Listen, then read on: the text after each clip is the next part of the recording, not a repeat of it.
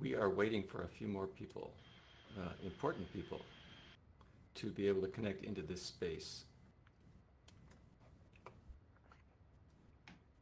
Our papers chair, who will introduce the keynote speaker, and our keynote speaker are still trying to get into this space. So we should probably wait a minute or two. 1, 2, 1, 2. 1, 1, 2, 2, 2, 2, 2. Dan, can you hear me now? Yeah, I can hear you now. Oh, nice. You good?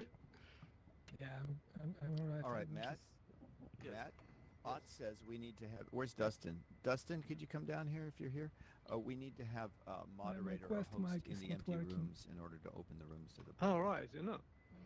That's Oh, what yes, that's and what I that's have what like Ott a said. dynamic mic in my hand. So, Well, we have a lot of moderators set in this. It's a bit convoluted. For instance, yeah, well, I mean, I can just go in there right now. I mean, let's just. My quest is just it's not work. Well, it's working, but it's Varun just and Pablo are it was waiting in the easier lobby, just to so put on let the me S, see what if I just go there. and it's more Yeah, comfy. Message them to come.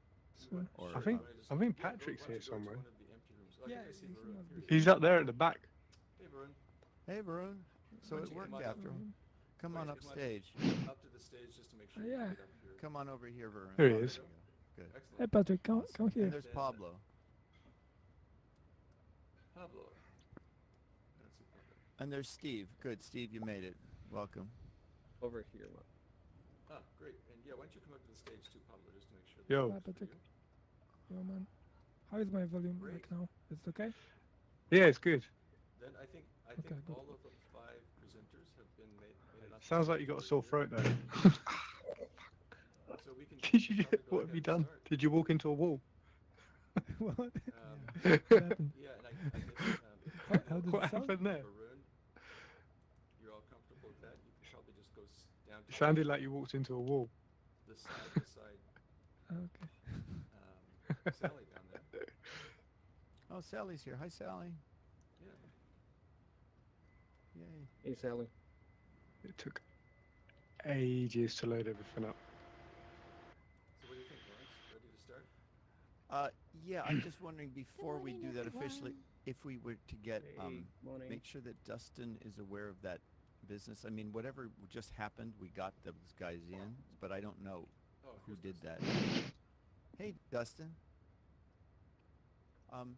So, the reason that people couldn't get, there were a bunch of people in the lobby who couldn't get in, and it says Keynotes was full, was that he said you need to have a moderator or host in each of the additional cloned rooms to open up that room to the public. I can't hear you, Yes, Dustin. it will be. Oh, okay. So I know that basically you got that if you got that handled, because then we're going to just get started then.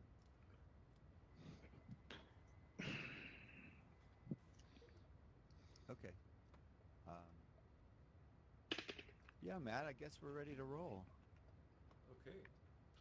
We can go ahead and amplify and All right. other side. Yeah.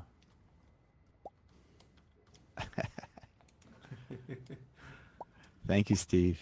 Oh, it's so nice to get the acknowledgement. That's it.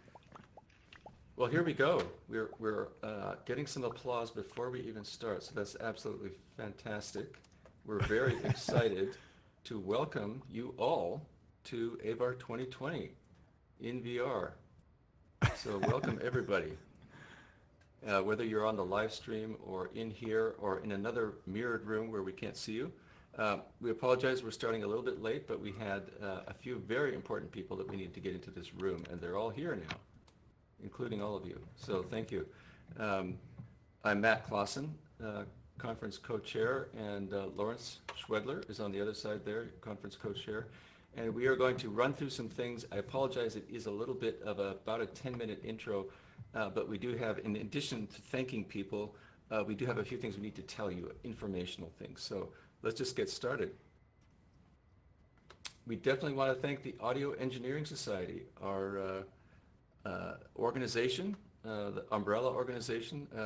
This conference is an international conference, AES conference. We want to thank DigiPen Institute of Technology, where Lawrence and I are both professors, for being the host to this event.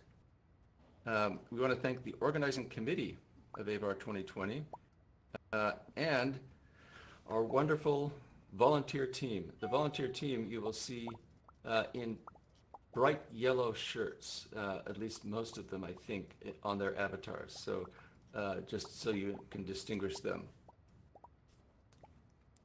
Lawrence, why don't you introduce the committee? Yeah, let me just go on air here. I think I failed to go on air, which is typical of me. Yeah, welcome everybody. As Matt said, we want to thank the on air. Matt Clausen, chair, myself, Lawrence Schwedler, co-chair and treasurer, which is a funny story compared to the budget for AVAR 2018 versus the budget for AVAR 2020, but that's a story for another time. Pablo Hoffman, our papers chair, and Sally Kellaway, our workshops chair. Also, the conference committee includes Dustin Williams, our volunteer coordinator. Dustin, you want to throw up an emoji there? He's in the back. He's heading our volunteer team. Philip Clausen is our social media coordinator. Greg Dixon, he's our audiovisual coordinator. He's also a professor at DigiPen. And Randy Gagnon is our graphic designer, photographer, and Anna Lance, our webmaster. I'd also like to thank all the presenters. We've got quite the lineup of researchers and workshops, tutorials from around the world. A special thanks to AltSpace.VR and their staff. Jason Schmidt and the folks at AltSpace have been very supportive. This is an amazing platform. Thank you to all of you who are attending either here in the space with us or watching us our online streams on YouTube. All of our sessions, all plenary workshops and paper sessions will be streamed live to YouTube, and they're happening right now. So if for some reason somebody you know wasn't able to get a ticket, just have them go to our AVAR 2020 website and watch online. And of course, finally, a big thank you to all of our sponsors. Go ahead and continue with the sponsors. Sure. I know this is a day one and we're shaking out some bugs. So Dustin is telling me that I can't set presenters on air if I'm in a different room. Please do it if you're in the same room. So Matt, you and I can set presenters on air as need be. Thanks for that, Dustin. Yep. I appreciate that.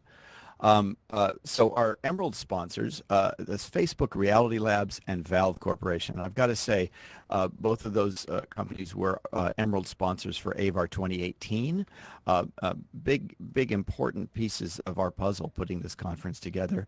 And they agreed to do it again for 2020. And then even after we realized we were going to have to move to virtual reality, they stuck with us. So a big thank you to Facebook Reality Labs and Valve as our Emerald sponsors.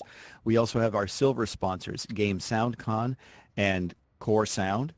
Game SoundCon is the conference run by Brian Schmidt. It's happening this October. Look for it online. Brian's here at the conference. You can talk to him about it. And Core Sound is Les Moskowitz's company making Octomic and Tetramic, the world's finest ambisonic microphones. So thanks, Lawrence. Yeah, sure. Give us some sanity checks, Matt. Yeah. Can you hear me? Of course, I should have asked that right at the beginning, but that question. Yes, please feel free to answer with your emojis. Excellent. You can. Ooh, look at that. Too many sad That's faces. so cool. Awesome. There is one thing that we want to point out. If you cannot hear me, or indeed if there are other technical glitches, you can consider the option to re-enter the space. And just so you know where that is, it's under Settings, General, Re-enter. And here's a little screenshot. Down at the bottom is your settings in your bottom bar of your menu. Over to the top left is General, and then Re-enter is just above the settings. So that's something that you can do. Unfortunately, you will respawn back out in the patio and then have to come back in. But that's at least an option. Lawrence. Can you see the screen clearly? Well, here's the thing for those of you who are in 2D mode, who are not using a head-mounted display. If you hold your right mouse button, hold down the right mouse button and use your scroll wheel, check that out if you haven't done it before. It's pretty cosmic. You can zoom into the screen. So if you're in the back row and some of your presenters have small type on their screens, you don't have to move. You can zoom right in. If you are using a Quest or an Index, or whatever, and you're in the back and your presenters have small type on the screens, or you just want to get closer, feel free just to come down to the front row so you can see better.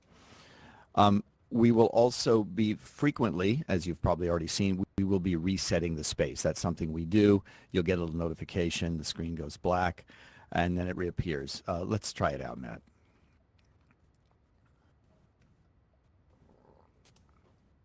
Okay, resetting the space.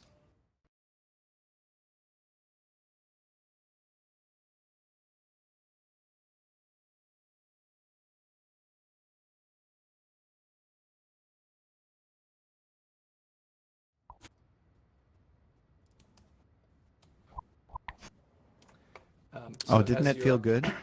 all coming back, it looks like we're all back. We should be roughly in our same positions. And hopefully that worked and didn't actually introduce any new problems. But Right. that is something that we will try to do periodically, especially if one of the presenters is having technical difficulties. Lawrence, why don't you say something about the human side of how much fun this has been? Sure. Let me just see here. So here's a screenshot of the panels room with the Valve audio team and Scott Selfon, our moderator for that panel. That's tomorrow's plenary panel at 10. Anyway, go on air. Sorry. Thank you, Dustin. What would we do without Dustin and his team? Sorry about that. I wasn't on air. I was starting to say that this is a screenshot of the panel room, and we were rehearsing our panel discussion. So it's a separate space. We'll head over there today after Varun's keynote address to have the panel discussion. And just practicing in this space was totally fun. We got to meet people we hadn't met before, and we find strangely that in VR, even with just these avatars that we in the pandemic, we're starved for human contact, and we're able to get some of that in this space, which is very odd and sort of a pleasant surprise for all of us. So we know that many of us suffered terrible losses in these times, and we acknowledge this, and we wish good health for everyone, and we hope that you all stay safe and healthy. And we really are all seeking genuine human interaction, even if it's in virtual reality. Yeah, and I'll just add to that.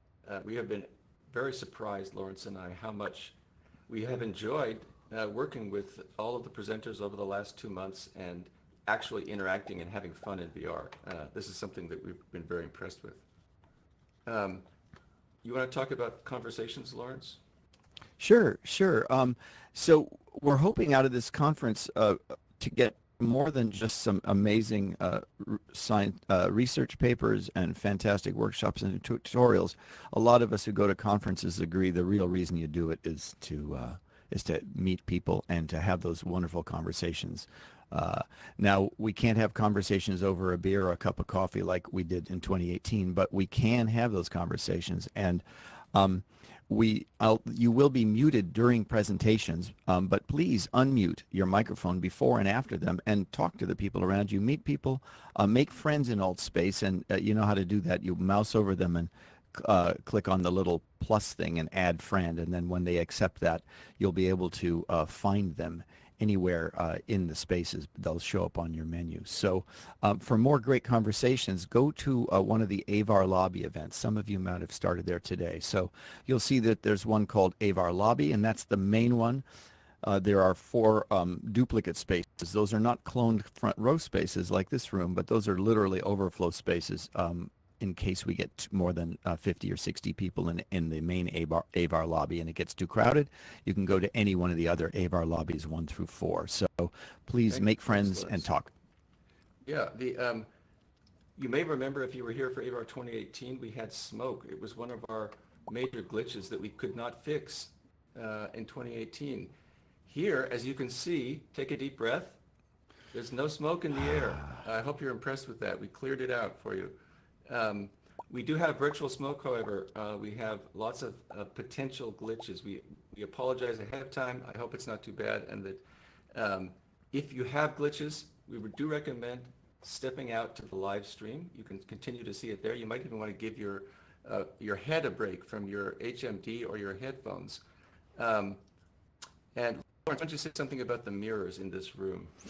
Right. I alluded to it a minute ago. This room uses AltSpace feature called front row, and that means that once the room reaches capacity, which is about 30, people who are entering the space will automatically find themselves in a room that looks identical, but it's one of an additional 9 rooms.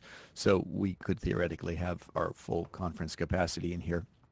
Only the presenters, people with the presenter roles, will appear in all of those rooms. So it might be odd if you see on your friend list that one of your friends is in AVAR keynotes, but they're not in the room with you. So that's a little bit just sort of a meta reality thing that you'll have to deal with. But don't worry about it. You can find friends, use messaging, and following if you're in the AVAR lobby, because that one is not mirrored. But it's literally reproduced. There are 5 rooms, so that might be confusing. I didn't explain it very well, but use your friends and ask anybody if you need help. Yeah, no worries.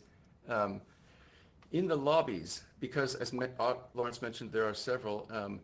But one thing we ask is please don't hang out near the entrance. If possible, head to the back. You can go straight back to what looks like a cafeteria in the lobby, and this is a reconstruction of the DigiPen building, so you might even find it familiar looking. There is a help desk to the left in the lobby, and that's in AVAR lobby. And volunteer staff are there to answer questions about AVAR and AltSpace VR. And then beyond the help desk, there are some teleporters where you can get back to these other events of keynotes and panels and papers, etc.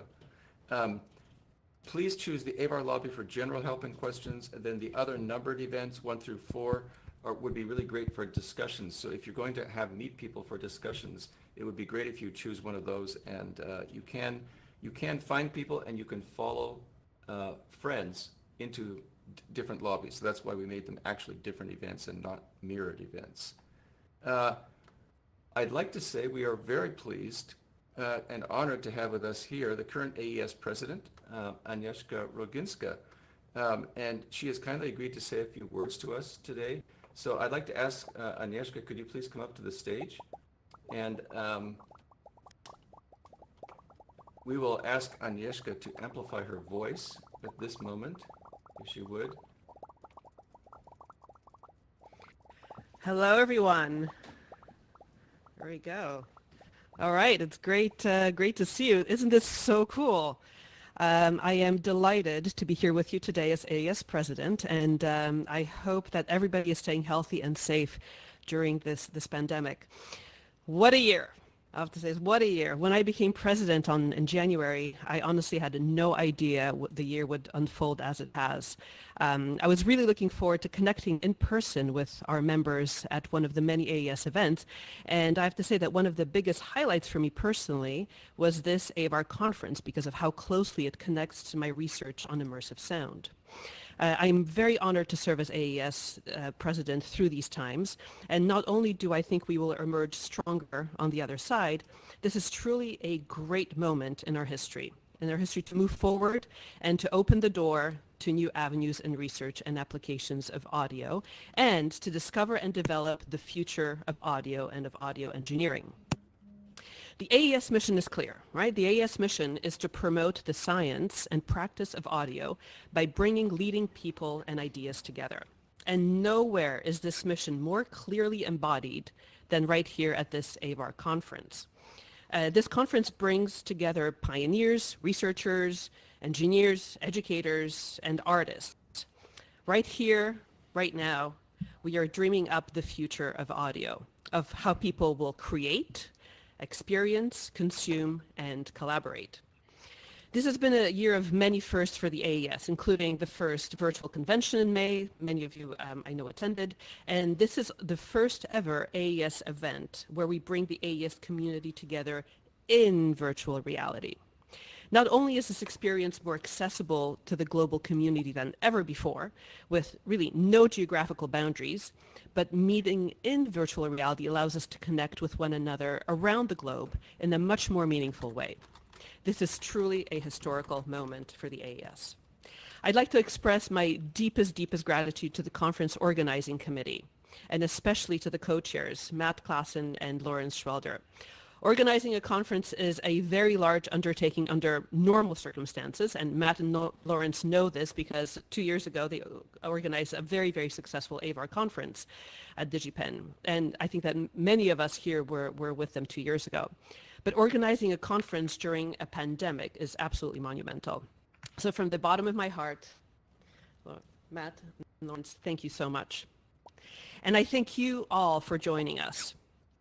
Welcome to the AVAR conference, and I welcome you to the future of audio engineering. Thank you. Thank you so much, Agnieszka.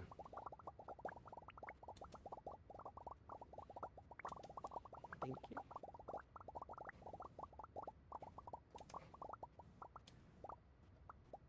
you. Next, AVAR Papers Chair, Pablo Hoffman.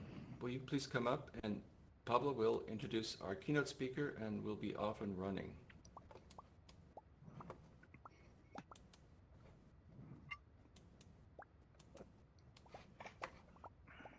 Yeah, thank you, Matt.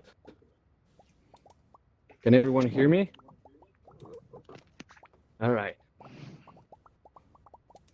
So, good morning, everyone, and welcome to our first keynote lecture. It is a great pleasure for me to introduce our speaker, Varun Nair. Varun has 15 years of experience working with audio on hundreds of projects, including software development, product management, media post-production, and interactive content production. He co-founded 2 Big Ears and led development of audio tools and technology for virtual reality, augmented reality, and emerging immersive media.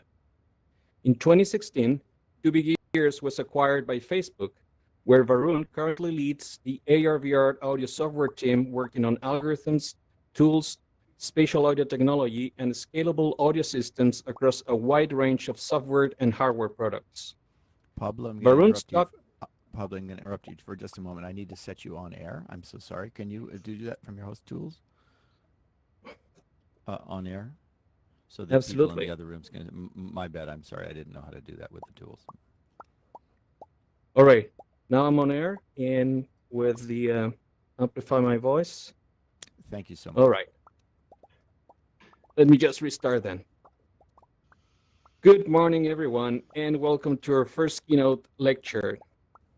It is a great pleasure for me to introduce our speaker, Varun Nair.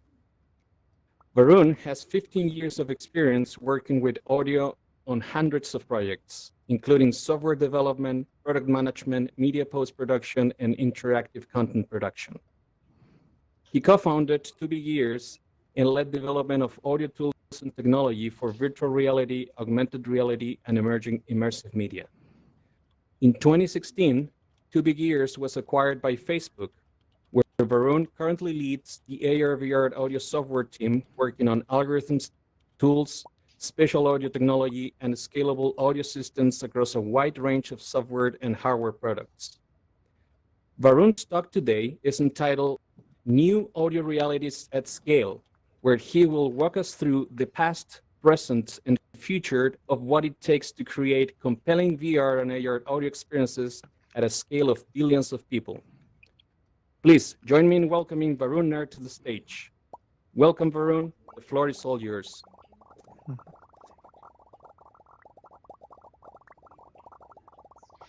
right, thanks, Pablo. Hi, everyone. It's really good to be here. Just give me a second while I calibrate myself and get everything set up. Great, Varun. And do make sure that you also are on air. It's in the host tools, the little radio broadcast tower icon. Yes. And also that you have amplify my voice. Thank you so much. As one check, we should be seeing new audio realities at scale on the main screen. Okay, and just for safety, I'm going to reset the space one more time just to make sure. That, Matt. Yes. Then everybody will have to go on air again. Just.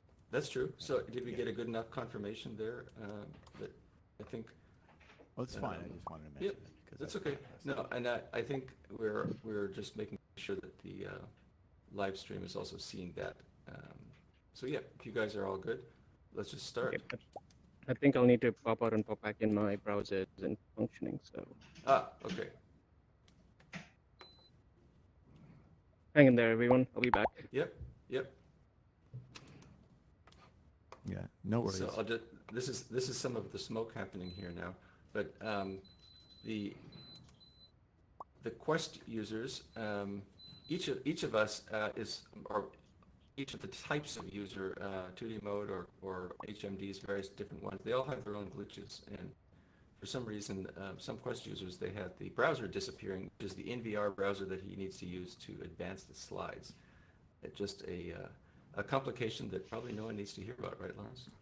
Well, I think it's interesting, and we've been immersed in it for what, 3 months now, so we're used to it. And but I think it's kind of interesting that all of us, everybody who's here, has had to cross some sort of threshold to get here, whether it was getting a PC, you're a Mac user, or getting virtual reality, some people for the first time, and then just conquering all those little hurdles. Just some of them are minor, but the minor hurdles in VR can be as major as anything, because if it doesn't work, it doesn't work. So anyway, we thank you all for bearing with us. And hopefully Varun will be back shortly. Matt, do you have your backup Keynote address ready to go in case Varun can't make it back in? Yeah, although mine would be a mathematics lecture, so I don't really think that would be appropriate. Yay! Yay, math lecture, yeah. Right. All right. We'll see if Varun Varun's will back be in the responding space. in the back. Yeah, he'll have to walk all the way from the patio. His legs are going to get really tired, but you know, he can use the exercise. It's okay. We can all use the exercise.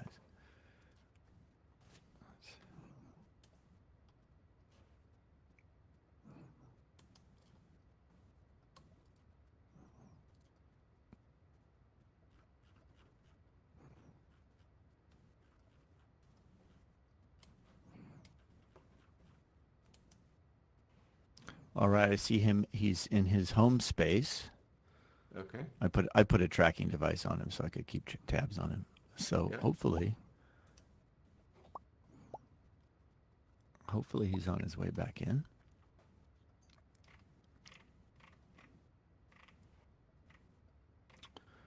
Yeah, we should have our backup. Well, yeah. Why don't you message him if he doesn't get that NVR browser working? We can. Oh, we advance the can slides just for him. we can advance his slides for him. That's right. That's right. You- Let me, what- sure, I'll send him a message I'll get it up on my laptop. His slide just in deck. case. Sure. Interesting. Let's see if we. Yes. Hmm.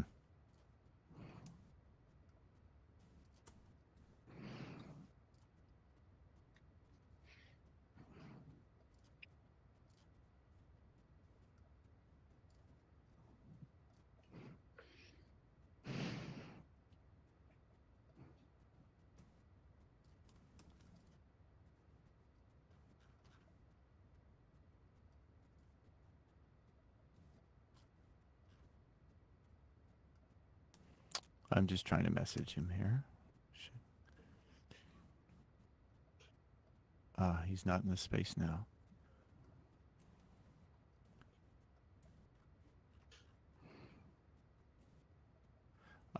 Hopefully he remembered to charge up his Quest. For any of you Quest users, we've been informed that low battery on any of the mobile platforms, the Quest or the Go, can actually influence your FPS, your frames per second that you get in VR. So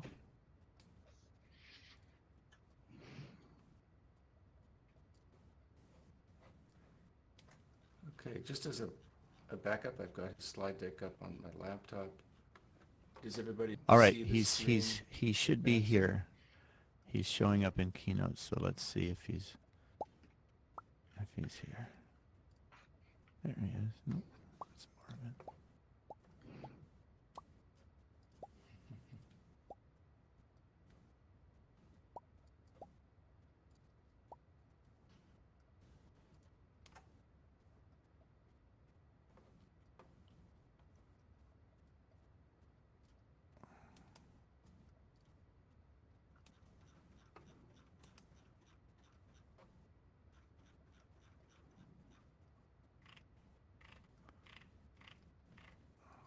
Let's see.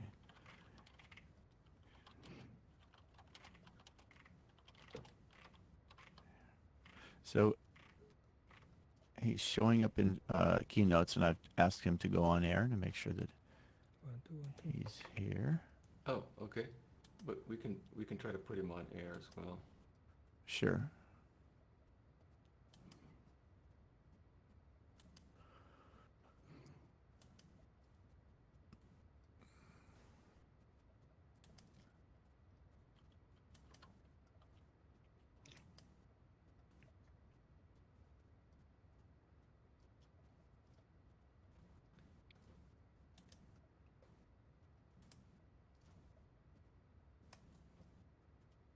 There he is.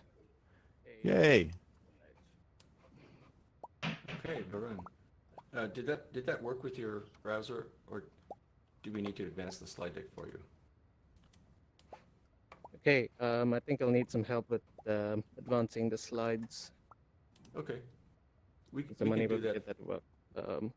Yeah, we Lawrence can and do that Matt, for can you you. help me with that? Yes, I'm not sure if you're hearing us. I Varun. sent him a message saying, okay. Okay. Yep. Let's just do because I didn't hear Okay, Varun. can you all Let's hear me? check with the audience. Yes, Can we the can hear you, audience- Varun. Can you hear us? Yes, all good. We can hear you. Yeah, let's see from the audience. Can Right. people hear Varun? Time to go on Yes. air, and let's get this rolling. Yep. Oh, good. People can hear you. Okay, so I can go ahead and advance the slides.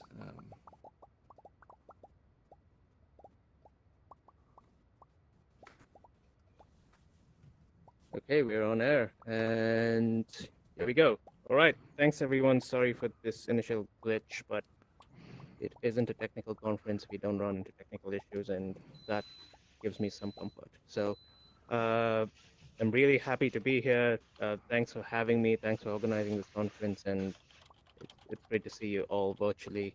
I must admit it's nice to there is a sense of space in being here and being with people and seeing your avatars, and of course once again reinforced a belief that emojis rule the internet. So and rule virtual reality. So all right. Since we're running a bit behind, I'll ensure that I do my best to stay on track. So I'm here today to talk about new audio realities at scale. Pablo, thanks so much for the introduction. So I can mostly just skim over the slide.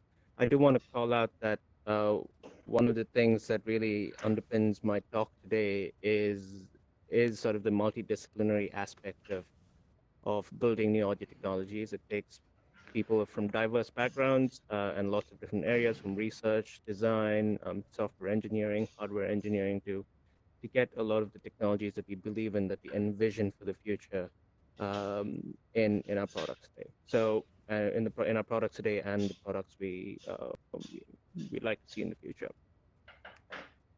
So if we want to advance the slide, yes. What's this talk about? It's not so much about technology. For those of you who've seen me speak before over the past few years, it's largely been strategic and technology focused. I decided to take a step back this time and really reflect on some of the key themes that that I've experienced over the past few years, and also some of my learnings. I talk a lot about scale. We can advance to the next slide. What do I actually mean by new audio realities at scale? Could be about how do new audio technologies become products? How do we prioritize all the things we envision for the future and get it out to people? But I'm really interested in the last point here that I put on the slide, which is how do we get more people to experience new audio technology? How can they get value out of it? How can our customers, whether it's developers, users, end users of our devices and applications, whether it's say a VR headset or a new experience that you might be making for VR or AR, how do we get this to as many people as possible? And why is this important? I think we're at a point where VR has been, this new resurgence of VR has been a thing for a few years now. And we find lots of people experiencing this in many shapes and forms. Even today, this conference is a really good example. We've got people joining in from VR, watching this over a live stream channel. joining in through a browser. This by itself, it's a diverse representation of what immersive formats mean today. Advance to the next slide. So let's take a step back. I want to talk a bit about what it takes to build technology. Now, this is by no means a prescriptive or a rule book about how new technologies are developed, but just a way for us to ground our conversation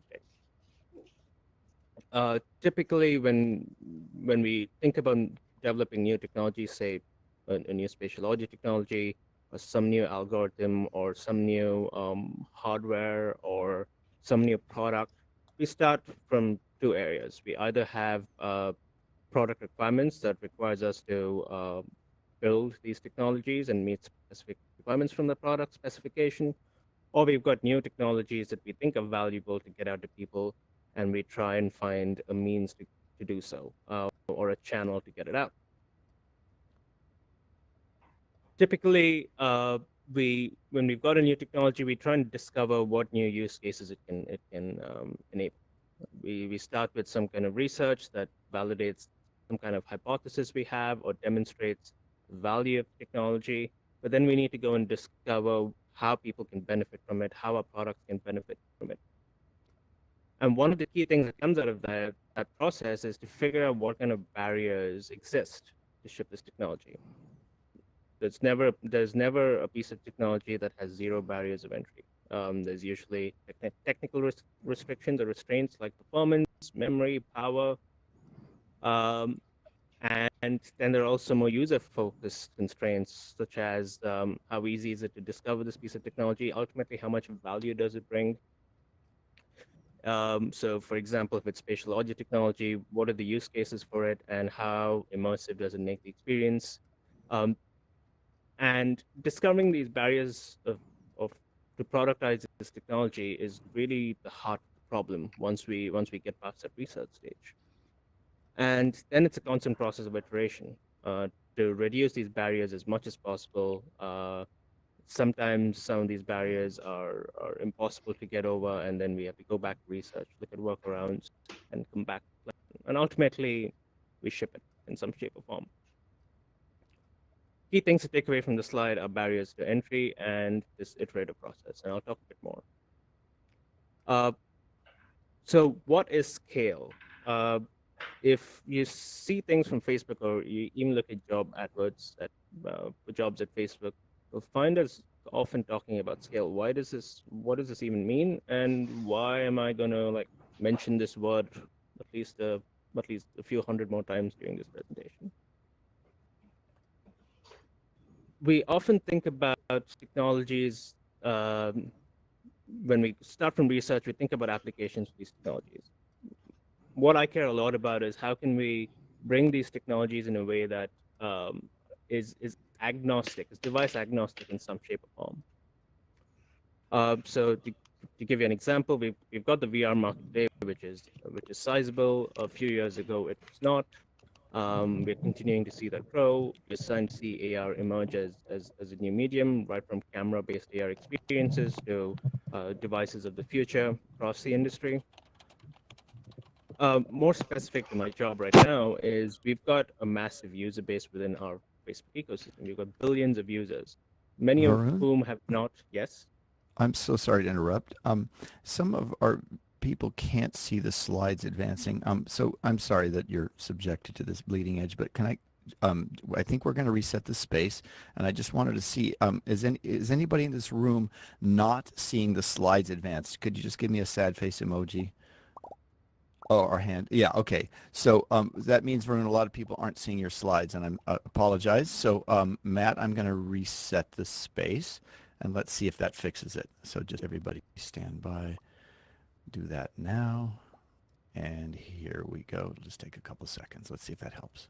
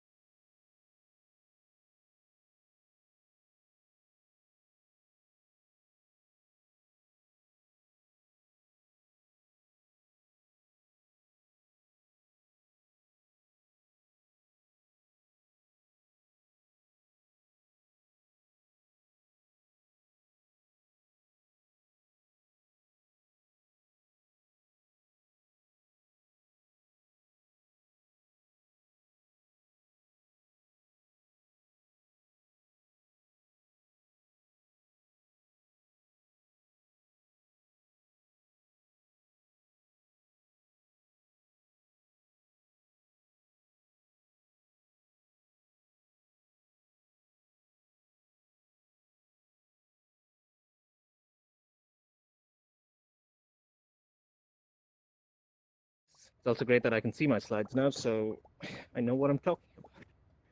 All right, we're on air, and let's pick this up where we left off. So I was talking about scale and the fact that I'm going to mention this word many times during this presentation, but let me give this some shape or form. Okay, I'm seeing a few sad faces, so I'm not sure what that means. Unable to see the slides advance.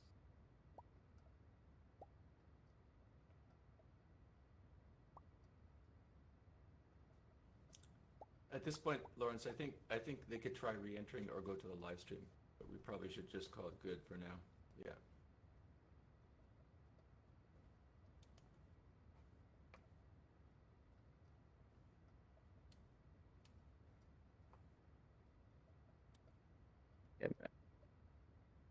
No worries. I'll do my best to be as descriptive as possible so you don't miss out on the slides if you can't see it. So when we talk about scale, we're thinking about, or at least I'm thinking about technologies that are agnostic. They work everywhere. In an ideal case, work on every single device in the world. Technologies that that could still be device specific because maybe it requires a specific hardware form factor, but is still able to create a consistent experience in a wider ecosystem. And ultimately, products that reach a large number of people are inclusive and create delightful experiences. So let's use an example here, right? So I am I go online using my laptop, get on a browser, start watching some immersive media content. I then switch over to my phone, continue watching it there, and I find that some of my friends are online, and then I jump into VR to experience that content along with them. Now, I've used the same piece of content, or maybe some family of content, across different devices and different experiences. Scale here is being able to get to a point where we are able to adapt that content across each of these different platforms, and make it still enjoyable for people, and immersive if the platform allows for it. We've got pieces of that today, especially with the more traditional media where you can watch a video on a browser, then watch it on a phone, and continue watching it in VR. But that's still a lot of our traditional media. And when we're talking about VR and AR, and that's the large focus of this conference here, is how do we then bring in the dimensions that we have in these immersive formats with immersive technologies and get this to work everywhere. Specifically, when we've got a user base of billions of people, even if they don't have a VR headset today or don't have a means to experience that, how could we give them a peek into this future and get them to at least experience a slice of it with the devices or the platforms that they have access to today? So I'm going to focus on two areas. This is where I'm going to branch my talk and thinking and talk about technology at scale on one end of the sort of pipe, and adoption at scale on the other end. Because we can create all the technology that we want, but if we are unable to get to a point where enough people are using it and finding value from it, and adopting it, our work is half done. And likewise, we need to be able to adapt technologies to ensure adoption, and ultimately work towards building this future that we all care about. So let's focus on technology at scale.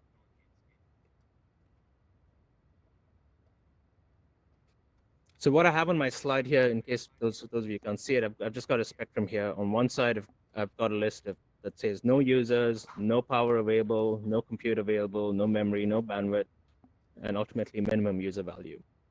And on the other side, we've got all users, infinite power available, infinite compute available, infinite memory, infinite bandwidth, and maximum user value. Oops, it's a typo on the slide. That's supposed to be maximum user value. So in an ideal world, we'd want to get to a point where we can take a piece of technology and get it out to as many people as possible, or pretty much every single person who has access to it. Or if you think even broader than that, every single person in the world, in the universe, to experience this. But to do that, we need infinite everything. We need infinite power, infinite bandwidth, infinite resources, infinite computing power to deliver that huge user-facing impact. That's impossible. On the other hand, we don't want to get to a point where we have users who are unable to experience anything.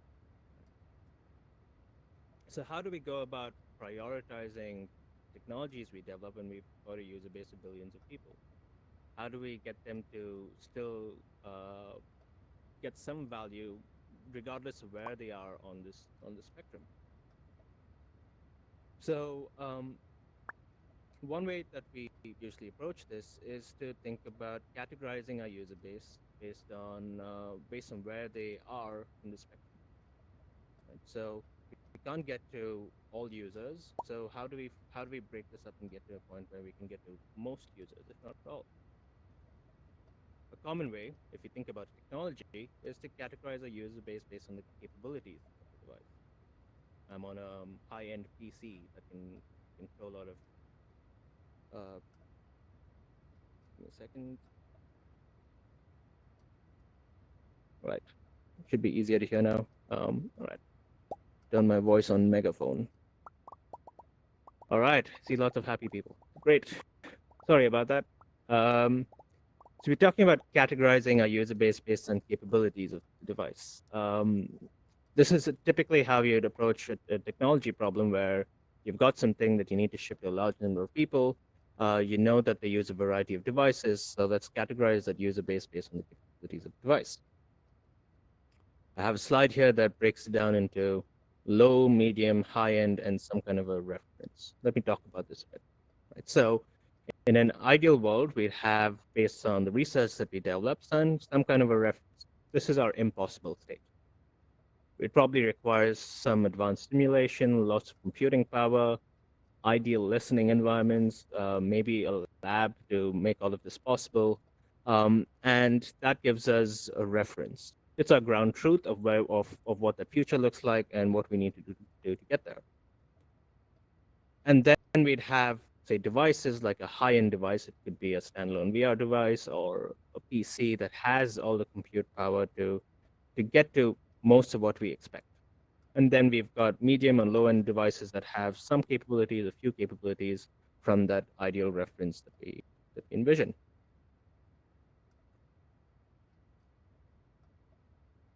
The ideal reference that I'm talking about here is critical. And this is where work as researchers and people building technologies of the future can play an outsized role.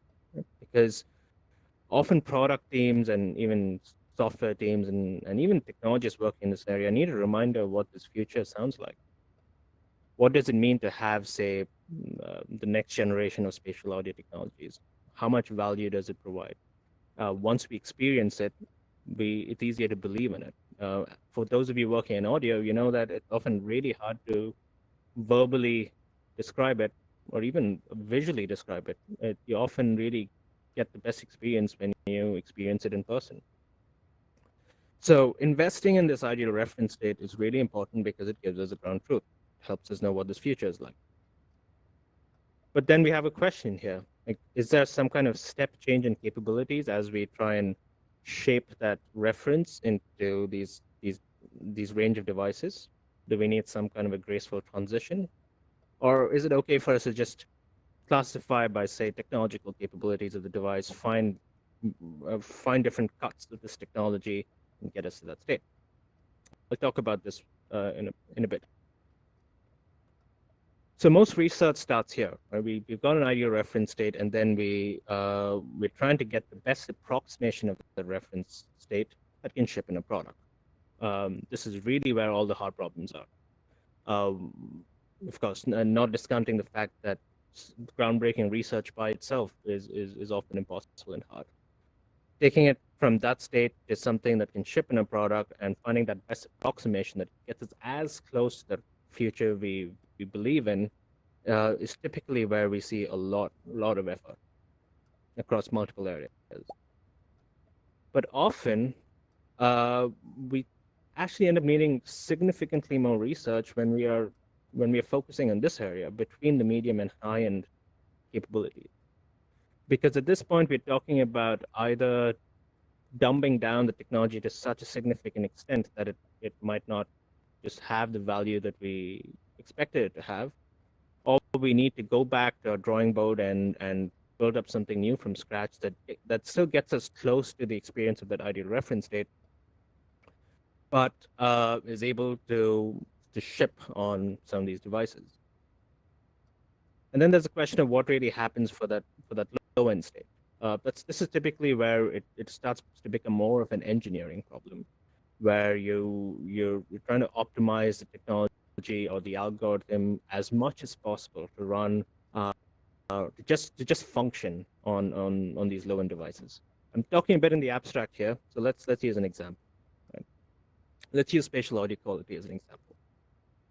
So for a reference for building, say, the next iteration of spatial audio technology is that we'd have a demo of highly accurate spatial audio. Probably requires a lot of compute power, something that we don't have or might not have today in the devices we ship at scale. So our high-end iteration of it would be, it's very similar to the reference, but we cut some corners. But we run user studies, and we find that most people find it to be convincing enough.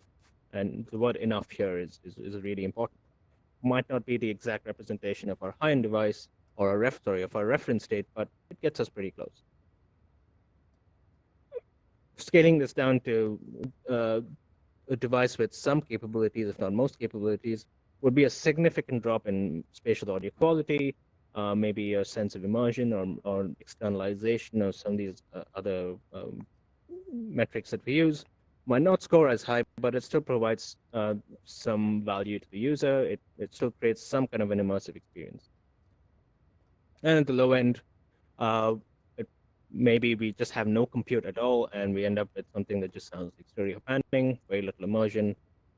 So when you approach it this way, just looking at the amount of effort it takes to go from the reference to the high end, and then fitting that into like the medium range of devices, and you might just say, what's the point of even getting some of these technologies out on devices that have few capabilities? Just fall back to stereo panning or no panning at all, and call it the end of it. In some cases, this might be okay because you might be dealing with a fairly small user base, but when you start extending this out in the millions and billions of people, you find that there are significant markets in each of these areas, and there's still value in getting this out to people. But is it really worth the effort of putting in all of this research and technology work into making this possible? To go back to my previous slide, in an ideal world, we'll have infinite resources to do all of this, but the reality is we often don't. But this is where I think it's really important for us to take a step back when we're building these technologies and not just care about a small set of metrics. When we talk about spatial audio, where we just fall back on the metrics that we're all used to: externalization, accuracy evaluation, how accurate is it to some kind of a real world anchor. But often when we build these technologies, there's a lot more to it, right?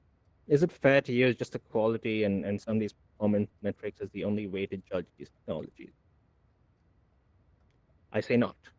So this wouldn't be a complete presentation without a graph, and this is not a real graph. It is just for me to illustrate my point.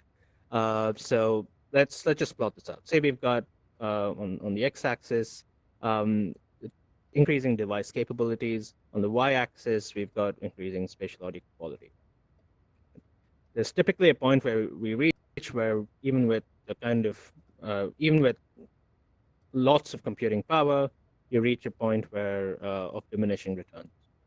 Likewise, as you scale this quality down, there reaches a point where it stops being of any use because you just don't get any sense of immersion from it. And that's really what spatial audio technology is about, right? But this is where I disagree, because when we think about these technologies, we often also need to consider the utility of it. So let's use an example here. If I'm in a VR game that's highly immersive, spatial audio quality matters a lot. If I'm in an experience such as this, the one we're in right now, spatial audio quality does matter. It gives you a sense of where I am in the space, but there's also some utility to it. And this is more so when we think about, say, video conferencing, where adding spatial audio, even if it is not highly accurate in a video call, can help deal with overlapping conversations, make it easier to follow people. In large groups, to still get a sense of who's speaking if you lose the video stream. So there is a sense of utility to it. And as we widen up our user base and think about growing it beyond a critical amount of people, we find increasing value in just thinking about the utility of these technologies. And it might be worth getting some shape or form, even if we lose a sense of immersion that we'd expect from spatial audio in this scenario. There might be a trade-off to make here for the utility of it. But this is also where I want to challenge how we traditionally think about shipping these technologies at scale, and to not think about it as specific devices or specific device capabilities, but instead to think about what the end experience is going to be.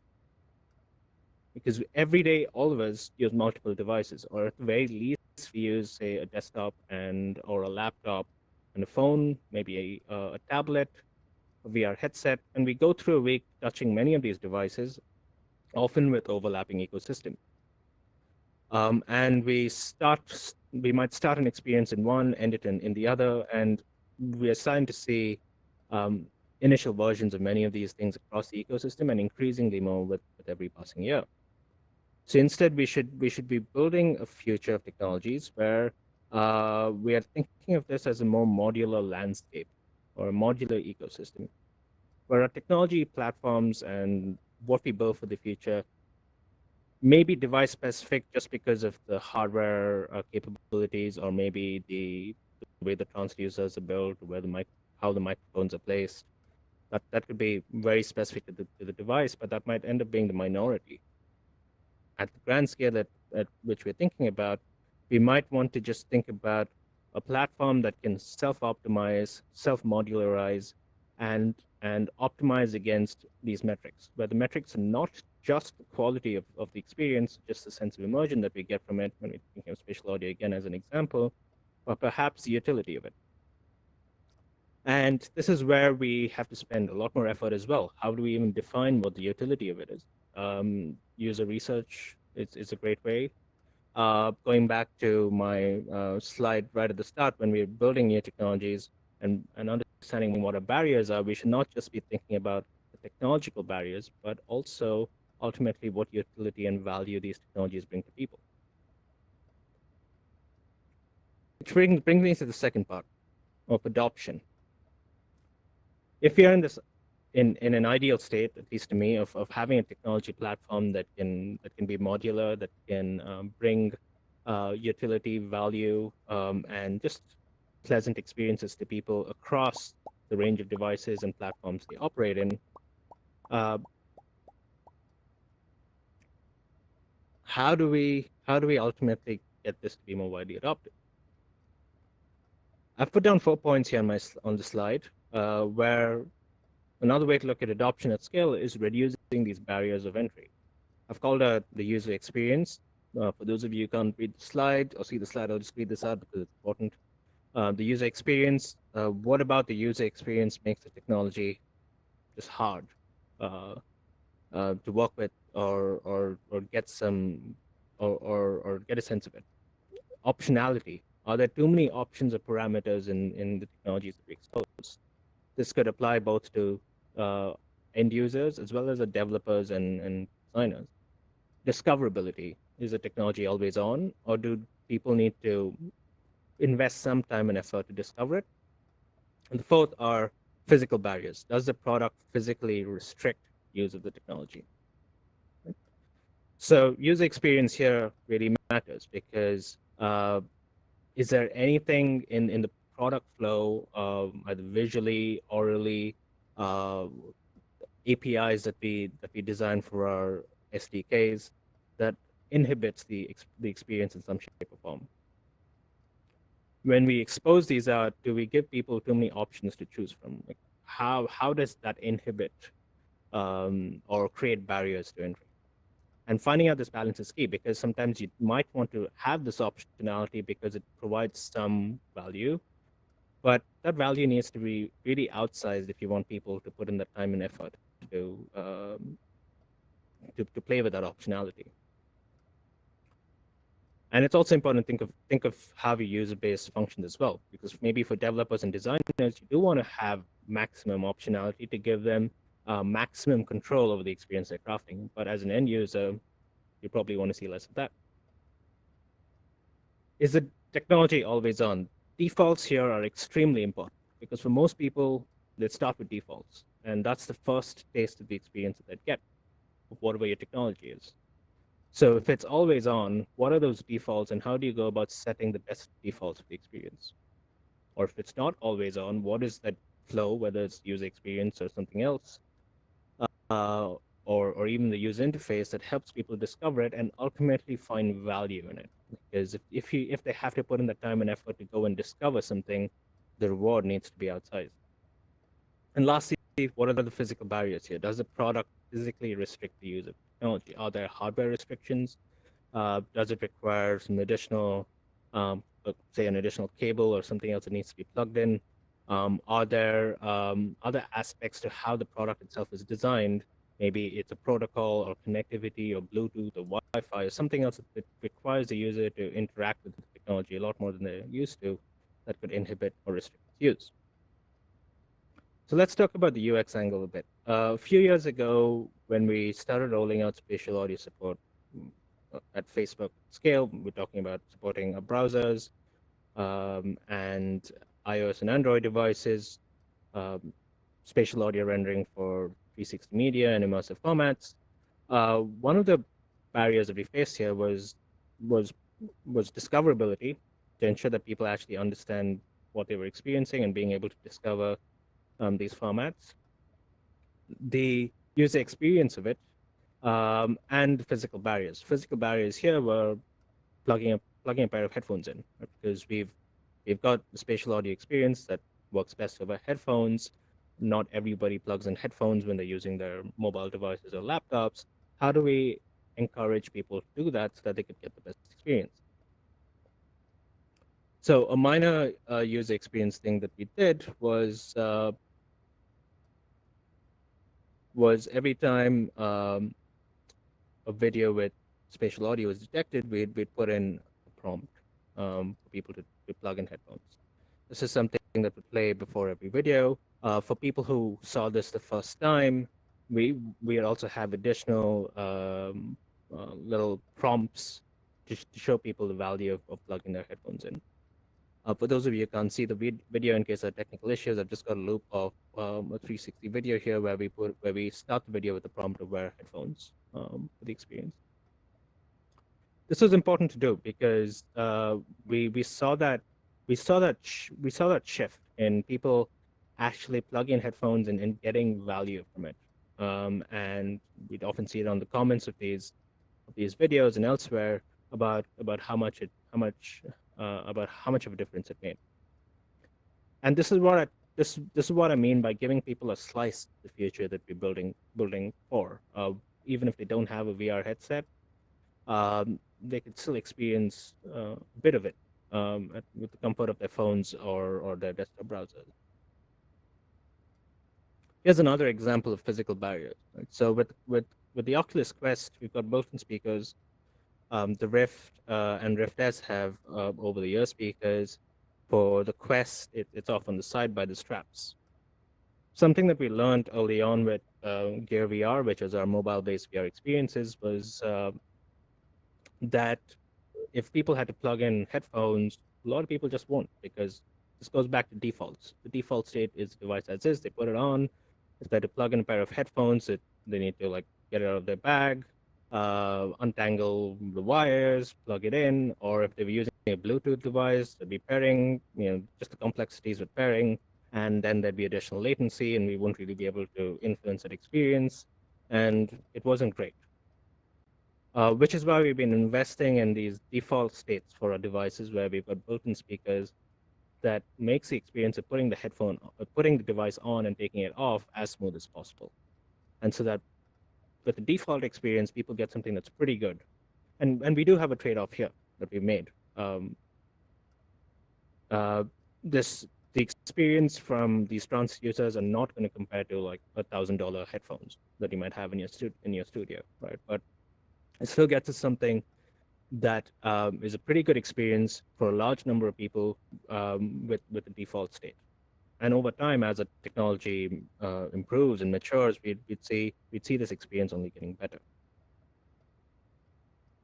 So going back to my first slide where I spoke about the new technology lifecycle, where we've got new technologies, we try and discover use cases, we discover barriers to productize, we iterate, and then we ship. When we start developing new technologies at scale, we need to not think about scale at that point. We really want to go off and develop new technology with as few constraints as possible. As we move down this chart, we need to start bringing those constraints and thoughts about scale in, right? How do we even figure out whether the use cases that we're thinking about matter for the product for our users? And this is where extensive user research can hugely impact and influence our decisions downstream. Can the barriers of entry be overcome technologically or with product design? And this is where we try and widen our point of view as much as possible. Is it just about optimizing an algorithm? Is it going back and making a physical change in the hardware? Is it about changing the kind of compute requirements that we have for the device? And this is where really planning for our technology, sometimes months or years in advance, plays a big role, especially if we need to go and make changes in hardware to support it.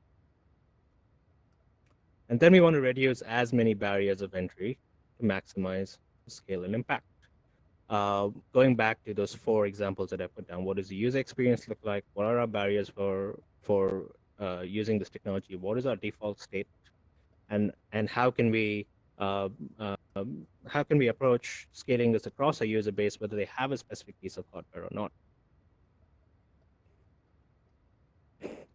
I want to end with just a last point here. And then we can open up questions and move on to the panel. Scaling is not just about thinking about things horizontally, but also vertically. And I talk about scaling to level up. What do I mean by that? So we're experiencing this right now. We've got traditional media formats and traditional technologies who've colliding with this world or this universe of immersion that we're building up for the future. We're using VR and AR, but we're building or using these devices, but we're still using technologies that have been built over past many decades. Let's use voice capture as an example. Right? So we've got this conference where we've got people who've joined via their VR devices, some who've joined via mobile or desktop devices, and others who are watching this on a streaming channel.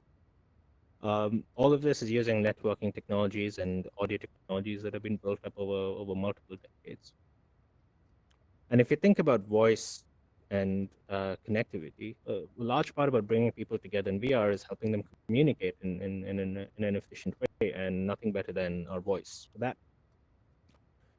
But what happens when you are in VR, you've got a VR headset, say your friend's got a VR headset, but you've got somebody else calling in from a mobile phone or calling in from a messaging service via an app. What happens then? Right? This is where things really start to jar, because you could have the best spatial audio technology, but if you've got somebody joining in via a telephony stack, even if you've got the best personalized HRTF, your incoming signal is not going to be any good. So when we think about spatial voice communication as an area of leveling up, we've got mic design and placement, right? This is usually specific to hardware. We want that to ensure that we can really beamform a good signal that can then leverage algorithms to reduce echo and noise, and this is where we really see the first change that we'd like to make, which is we want to exceed our metrics for telephony and voice over IP. What we've got uh, today is just not enough for the kind of spatial experiences that we want to have in the future. And then we've got codecs and networking and everything else that happens there, where our choice of bit rates, the codecs we use, the sample rates we use, are tuned to systems that do not think about immersion, or where at least immersion was not the end goal.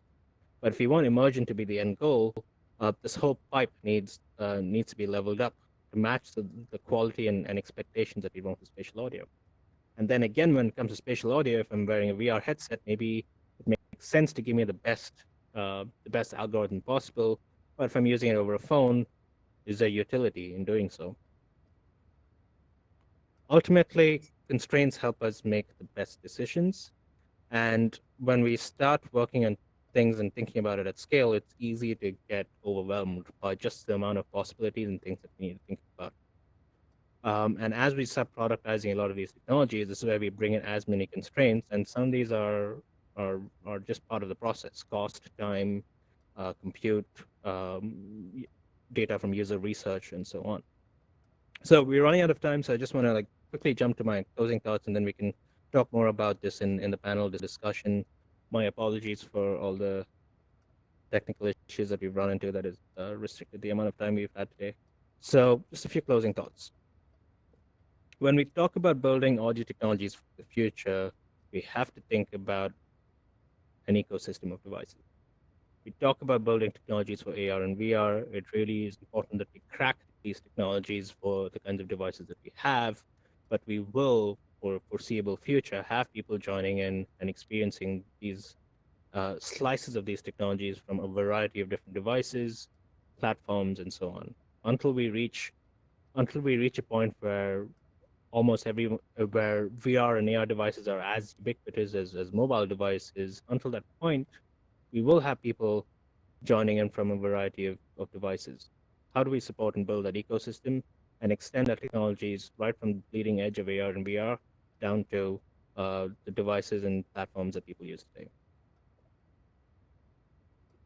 The transition of states and shared experiences really matter. So if as with this conference, if you're each joining in from different devices, how do we maximize for utility and also the sense of immersion and everything else that we care about building these technologies? What barriers can our technologies reduce? How can we build a more inclusive experience for a lot of our people? How can we ensure that we put up as few barriers of entry, considering that we've got enough technological barriers to begin with? And lastly, what do we need to do to level up our infrastructure to support this future? I gave an example of voice communication. That's just one example of where we're dealing with legacy technological stacks that we need to do significant work on to transform it and level it up to the future that we envision. So to close, when we think about scale and when I think about new realities at scale, it's less about the individual technologies that we're developing. That's all important work that's happening across the industry. But what we really need is a way to weave all of this together into building up an audio technology platform and a future that as many people across the world can experience, regardless of where they are and what devices they use. And that is the kind of inclusive future I'd like to see building up to enable new audio realities at scale. So on that, I'm going to end here, and then we can pass it on to our organizers to figure out what we're doing next. Thank you so much, Varun, for that inspiring talk and very relevant. We probably are about 10 to 15 minutes behind due to our own technical difficulties here. So I think what we'll do is have two questions. Dustin, if you could do the question and answer. Thank you.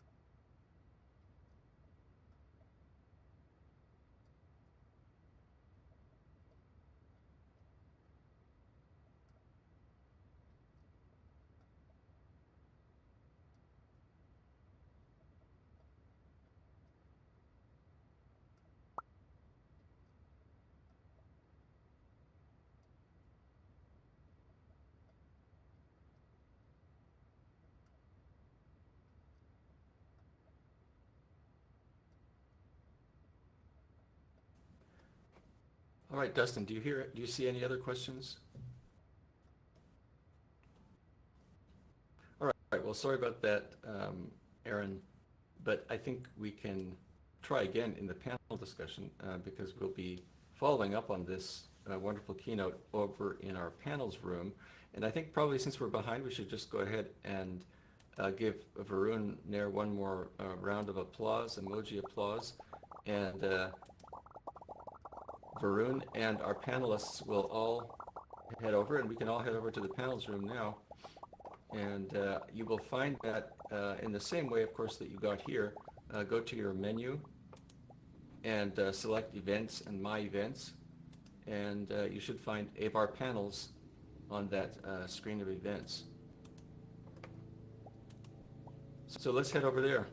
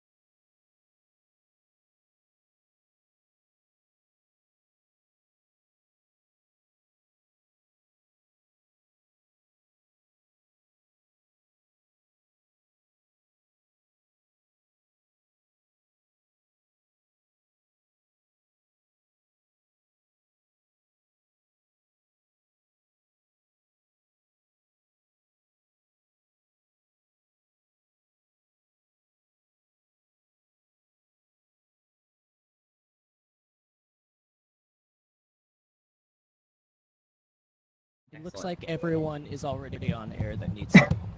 Awesome. Thank you, Dustin. And unfortunately, Amplify My Voice untoggles every time I mute myself. So if my mic still has lots of noise, you guys let me know, and I'll just keep doing a double toggle every time. Oh no, that's horrible. It's fine. It's fine. You don't have you can't get headphones working, Scott? No, I'm wearing headphones right now. That's why I'm not sure where the echo's coming from. Well, we had this thing before where it's the way that your system is handling your headphones. It's actually routing. I know it's crazy, but it's routing either with hardware or software. It's routing a loopback. So you might want to try changing your audio input under your audio settings. And also. I think it's just background noise because my kids are not completely acoustically isolated from me. So. Ah, okay. All right. Somebody left the cabinet unlocked?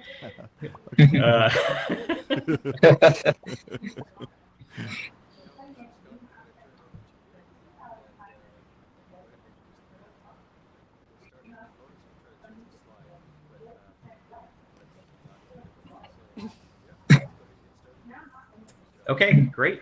Yeah, thank you.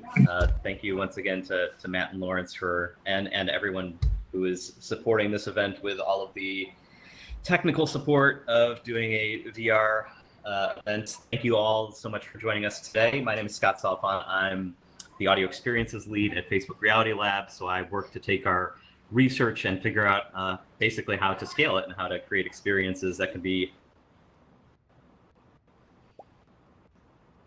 And I just got muted. Did I just get muted? We can hear you. Okay, you can hear me. Great. Okay, awesome. Could you hear me before, or should I start over? Oh, look at the love. I think you're good. Okay, we're awesome. Excellent. Let's continue. So I want to try and spend as much of the time as possible. I've been told that we have a bonus 15 minutes, so we can go until about 11:15. So we've still got about 40 minutes. So I want to get as much of the time for our panelists as possible. So with that, I want to quickly introduce our panelists and get to our first question. So from my right onward, Varun, if each of you could introduce yourselves, who you are, what your role in this space is, and then also, what do you think is one of the hard problems in relation to scaling audio technology to millions or to billions of people? Okay, so hi, I'm Varun. I lead our AR and VR audio software team at Facebook. Most of you just heard me speak with the Keynote. I think the biggest challenge we have is in getting our technologies to be accessible to as many people. Accessible by itself is a large word, but we can talk more about that in a bit.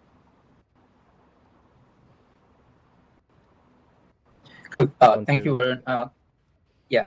Hi, I'm Kaushik. I work as a principal research scientist at Embody, and Embody as a company, we do a lot of audio technology with a focus of personalization of audio experiences. And thanks so much for organizing this. It's a totally unique experience here. I personally think one of the biggest challenges is I think one of the main things is awareness, and as Varun mentioned, accessibility, of course. But one of the other things if I could refer Varun's presentation, where he mentioned a lot about the most ideal state scenario, where just bringing people the awareness of how incredible spatial audio technologies can be at its best. And once I think we make people aware of that, and we could actually lead products towards that. Thank you.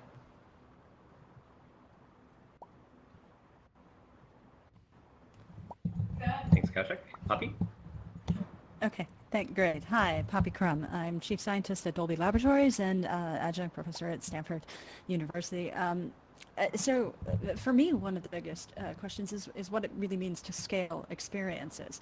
I love hearing words like personalization. When we think about, but the big issues are when things fail, they don't fail by being off a few degrees. They fail in ways that are potentially catastrophic by just not getting it right in the slightest way. That's just the way our brain works. And when you start looking at places where the experiences that are being provided need to be personalized in order to provide where the difference between very small differences in personalization can lead to either great enhancement in capability and accessibility in terms of the translation of an experience versus someone with just the slightest difference ends up with an experience that is actually working against them, say in a gaming environment. And it's like, ensuring that we're actually enabling robust and consistent experiences, not acceptable experiences, not immersive experiences, but ones that are actually translating the intent of the technology and the creator across the board to all demographics. Thank you, Poppy. And Remy?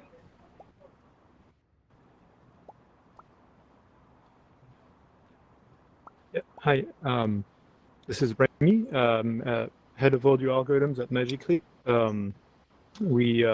Our work is sort of focused in 4 areas around capture, analysis, synthesis, and rendering for visual computing platform.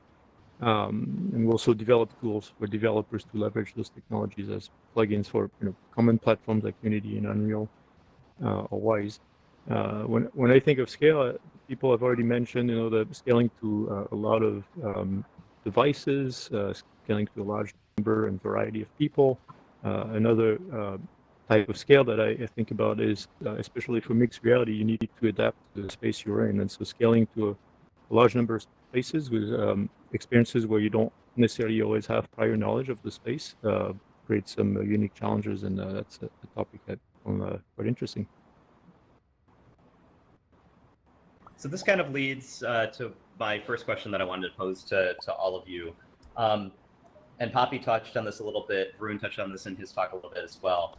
Can you, as you expand beyond professionals and audio enthusiasts, how do you even communicate audio value to content creators, to consumers, even to other segments of your own business? Like Remy and Varun are parts of the audio components of other technologies. How do you even champion this when there's competition for resources and for space?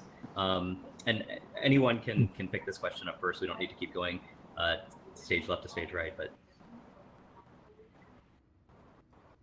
Sure, yeah, happy to have a first shot. I think, one of the challenges is, and this goes to the question of scale as well, is the being able to reach not only a large number and variety of end user, but also a large number of content creators. And there's a range of skills. We have people like the audience of this conference, which is very technologically savvy and interested in getting into the details and playing with a lot of knobs. But to reach a wider audience, we also need to cater to teams where there may be only one or maybe not even one person dedicated to audio, and so we have to make it very simple for them. So there's sort of this trade-off between having tools that are very flexible and you can tweak to your art content versus something that can run in a more automatic mode. So sometimes I like to think of the analogy with a car that you can drive in automatic or manual, and having that flexibility, I think, helps a lot in that regard.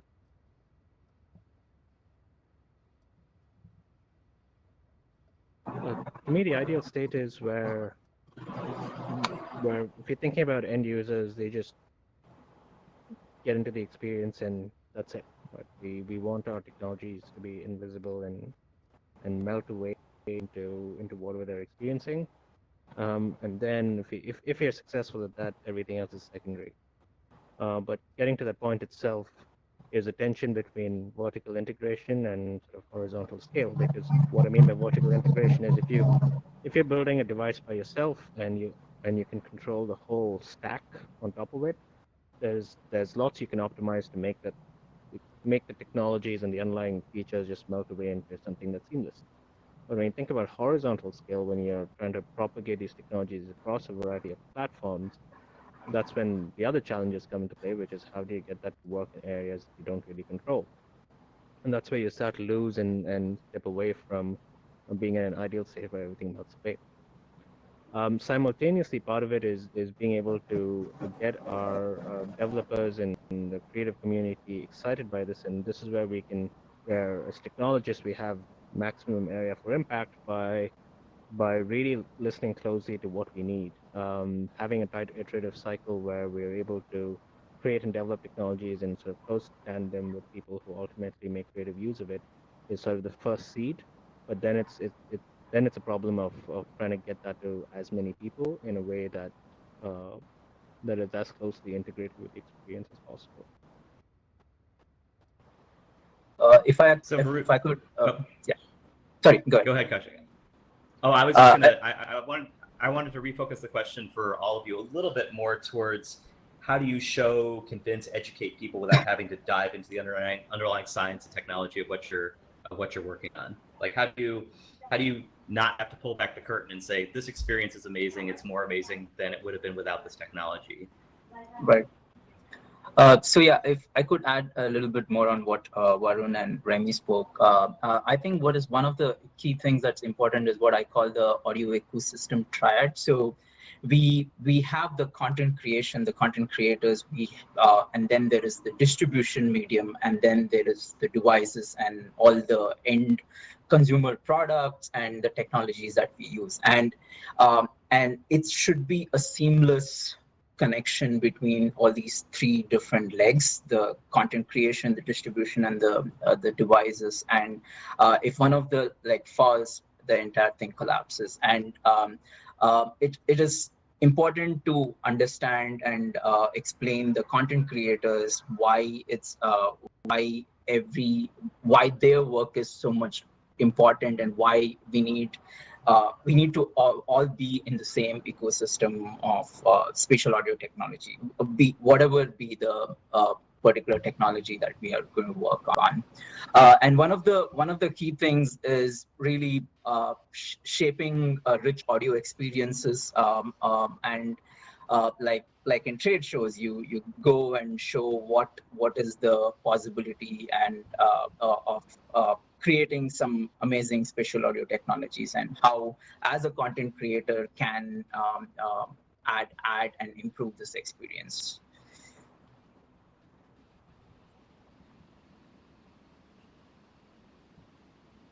Hi. Go for it, Poppy. Hello. Yeah, sorry, I got kicked out of the room for a moment. I'm back now. But I have a question in reframing what you're asking, but partly for the panel. How do you think about consistency, like translation of creators' intent and technological intent? I think both are they're different, but at the same time quite similar in what we're with regard to scalability. Because I haven't heard those words used in any of the discussions quite with, I think, the magnitude that they have in immersive experiences. Because compelling isn't really an answer in many cases when you're talking about a performance, creating optimal performance in a gaming environment, or you're creating, the scene awareness and scene situational intelligence, or you're trying to improve a communication environment and you want to have reduced cognitive load, or you want to know that you're truly translating creative's intent in a way that hasn't compromised the experience.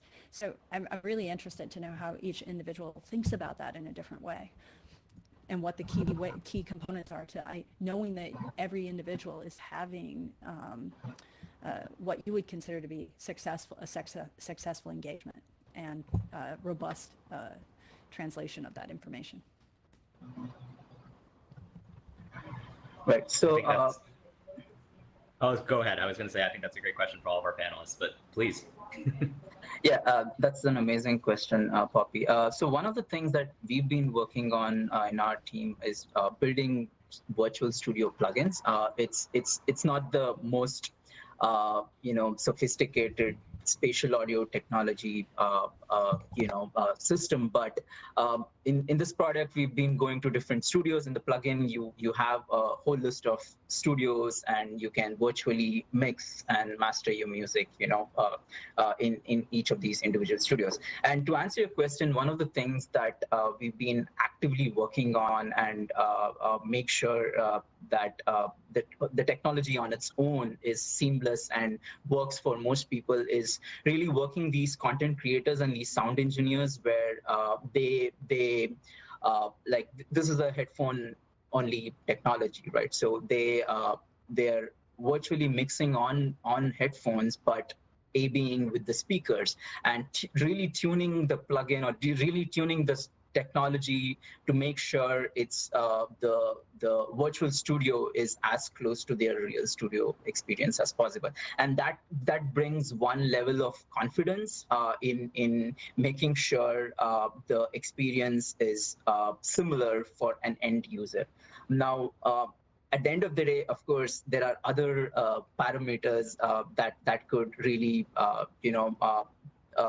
break this flow. That is, what is the device that the end user is using? Are they using the good headphones, or they just what is the response of these headphones? And so I'm just going into the details, but these other parameters become so much more important in spite of making sure that everything else is as perfect as possible. And that's the entire challenge I think we have in when we are looking at scaling these systems and making sure it works the best for everyone. How do you quantify that when your users are having different experiences? Or how do you judge whether they are or aren't, or having an experience that is, in the direction of the creative intent? I mean, one of the things I love doing, and I think a lot of people on this panel and in the audience is playing, for one individual or 4 different HRTFs for them to hear with different body types, and it's such a major difference, and it's not a difference that's a few degrees off. It's the difference of an entire creative experience suddenly being turned upside down or taken away. And the problem is that people don't know what right is. Right? Introspection is really tough, and when you don't know what the target is, how do we as a collective technological community know that we can aim towards creative intent and actually be hitting that when the targets are unknown? Yeah, if I can make a comment on that, I think on the question of personalization, I think there is a broader topic as well, which is about having the experience fit in your space. And maybe this is mostly relevant for mixed reality and a little bit less for VR. In VR, it's a bit like a video game where you have knowledge ahead of time of the space, and so you can sort of curate the experience to match the virtual space. But with mixed reality, you need to adapt the experience to the space you're in. A couple of examples would be, if you want to render a virtual object, make it sound like it's in a room next door. It should sound attenuated, maybe it's diffracting around the wall, and you hear it coming from the door. If the object is in the same room as you, it has to have a reverb acoustic signature that sounds like it belongs in the space you're in. And so I think it's important to think of the full system, and how the contribution of the different components, including personalization, which typically when we say personalization we think of HRTF, but there are other aspects such as maybe the coupling of the playback speakers with your own ears. There's maybe your own hearing system. If you're hearing impaired, you may need something personalized for you in terms of equalization. And then there's the personalizing to the space you're in. And I think it's important to take all of that into account. And there's a balance between the creator having a well-curated experience that they want to reproduce in a different space, and to be able to do that, at least in the context of mixed reality, that will require some adaptation to that space. And so, yeah, it brings up some interesting challenges in terms of what is important to retain, and what are the controls that are useful. For instance, is it useful to provide for spatialization engine exact control over the reverb time, or is it more useful to provide a knob that's providing an offset compared to the real acoustics of your space? And I love your answer, Remy. Yeah. I think it's a really it's not just about HRTF. It's about many different things. It's biology, it's body, it's environment, but yeah, absolutely. And my question is mostly there. Then, what does it mean for what's the baseline for scalability? Like, what do we accept if we know these things have such a major impact on the experience? So another way to frame that is, what is the analogy that, or what is the equivalent of the mastering stage that we have for music? Right? So we know that, say, for music production or even film production, that there while there are infinite listening scenarios and infinite speaker setups and infinite headphone frequency responses, we try and go for some kind of a baseline that we master to. What is that baseline that we're mastering our XR, MR, VR experiences, and how do we go about setting that? To me, it's also a question of, do we choose to excel in a few specific scenarios, or do we go wide and be okay with lots of different scenarios? For example, you could tune the experience based on whatever personalization features you choose, whether it's HRTF or everything else, for a finite set of devices or ecosystems. But what happens to the rest, and do the rest matter, and how do you even go about defining whether they matter or not? Yeah, I think that's a great point, and so I think it's a lot of it depends on the application we are looking at, right? Like if you're looking at gaming applications, we may not not all these different parameters may matter to that extent. We could get away with not really personalizing the HRTF for something like distance perception, because our human localization of distance is already so bad.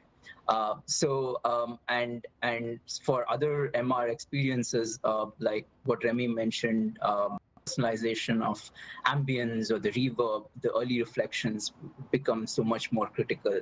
And I think one of the things that one could do is having a feedback system from the users, and something starting from a small scale and then going to larger scale experiments.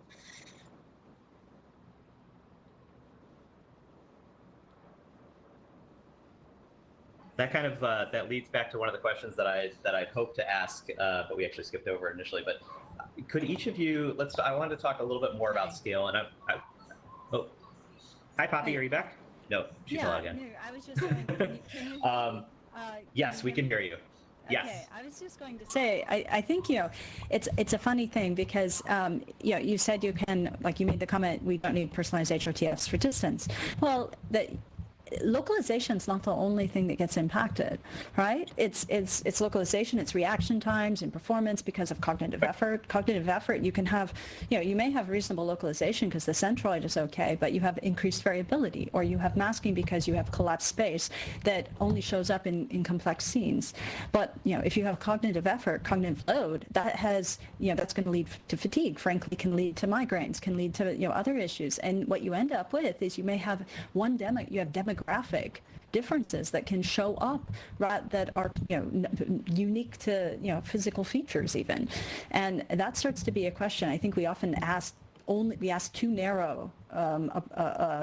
We take too narrow a look at what acceptable is in terms of the experiential importance of these questions. No, that's a great point, Poppy. What I was mentioning is I guess the extension of personalization would differ when we are looking at different parameters.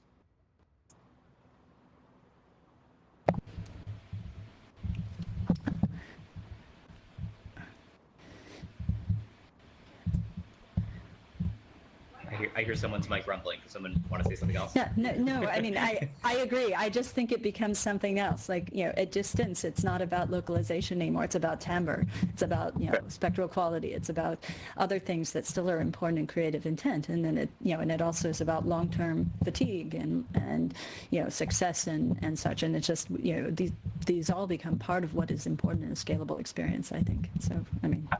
Absolutely, yeah. Well, since the conversation is about personalization of spatial audio and sort of experience overall, I guess that's one of the big questions that I want to ask you, because I think up on stage here we have represented many different strategies. I guess I wanted to ask our panelists a question that I knew we would get some disagreement on, which is, what do you think is the relative value of solving the problem of personalization completely individually versus a small number of presets versus improving on sort of an existing generic one-size-fits-all kind of model?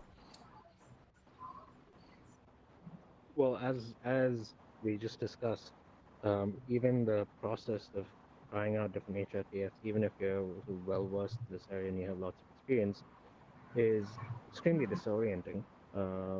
And our brains can quickly adapt to just a preset that you choose. You play with it for a while, you use it for a few days, weeks, and before you know it, your brain's adapted to it. And I myself have felt like I've been through this process so many times in the past few years where I've been constantly rewiring my brain, which leaves me in a confused state often. So, I personally am not a fan of preset-based approaches unless we find that there's really good value to do it, because even the best of us are often the most confused when it comes to trying to select the best spatial audio or best HRTF. No, I totally agree with Varun here. So the preset-based HRTF might work for some people, in some cases, but not all the time is what I have seen. And one of the things that we are working on is an image-based HRTF approach. It's not perfect, but it's one way to get to personalized HRTFs based on AI. And I think one of the most important things that we realize is it's how much of the friction it is for the end consumer to get to this, getting these personalized HRTFs, or in fact any other personalization, be it reverb or ambience of in the room and other factors. But the friction point is very important. How easy it is for the individual to get there. Do they have to do some measurements, or do they have to actually listen to the audio and give feedback? And some of these things becomes extremely important at the end of the day if you want to actually make this adaptable to large scale. And this is Poppy speaking. I completely agree with you. I mean, we have generative solutions for personalized HRTFs that take less than a minute, and we're at a point where, the computational, advancements in 3D volumetric scanning and cameras on mobile devices and computational capabilities in the cloud, everything is enabling us to answer these questions, think about them differently than we could have 5 years ago even, and really democratize these experiences. But it takes a change and a shift in sort of scalability, also a change in mindset, because one-size-fits-all solutions have been so anchored in the industry because that was the only possibility to put people in an anechoic chamber and spend a day with them. And now, through computational rendering, we're able to do better, I'd say, because all the noise introduced from anechoic chambers and movement of humans is taken away, and computational modeling and such can do much better. So the point is, multiple companies, and just academically, we're able to solve these problems in scalable ways. I completely agree that the engagement of consumers really, where a lot of it lies in ensuring that you get the right you get the right data going in. But then, Remy's point, which is, on top of it, is not just HRTF. It's recognizing that our biological capacity, which again, it's how do we layer the full stack, and how do we deal with that in a scalable way, in a way that is both optimized but also solving all of these problems, because obviously environment is critical as well. But the difference is, today we can technologically think about this problem in a much more effective, personalized, and very different way than we could just a few years ago. It's a question about what's really important, right? Because if, like in the MR use case where and what's really important for the experience in an MR scenario where the experience that you're in really depends on the sound, on you believing that there's sound in the room next to you. At that point, the reverberation or your propagation engine is probably more critical to that experience than a highly accurate HRTF model. Or vice versa, if you're dealing with near field, but if you're dealing with near field interactions that are sort of at minute scale, then that becomes a lot more important than reverberation. But then externalization is also critical if you're dealing with near field experiences. So, what are those trade-offs that you need to make? So I have a question because I get that the trade-offs matter, but at the same time, again, this is where I think sometimes we take too narrow a lens at where we're just describing the use case and the importance of success in that particular use case. If I'm in an environment and I have one experience. I don't have the experience of the broad demographic that's going to interact with that technology. And even if I think, okay, so most humans, I don't need to care about localization. It's not going to have as big an impact for this use case.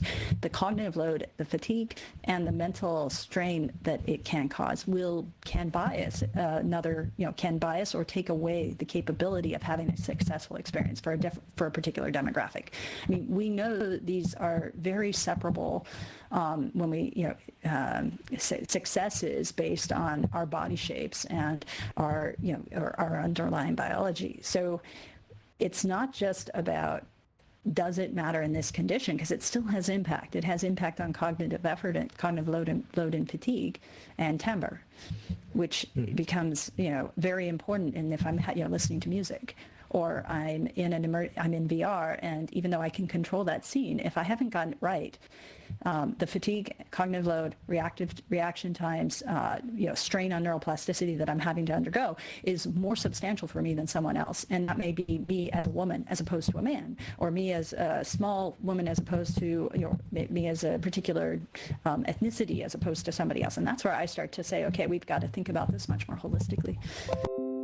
Yeah, there's no question about that. And I think that that's increasingly going to be a bigger problem area for us to solve as the market grows and more people get experiences outside of, say, dominant markets in North America and Europe. And as we scale this out to the rest of the world, that becomes increasingly more important.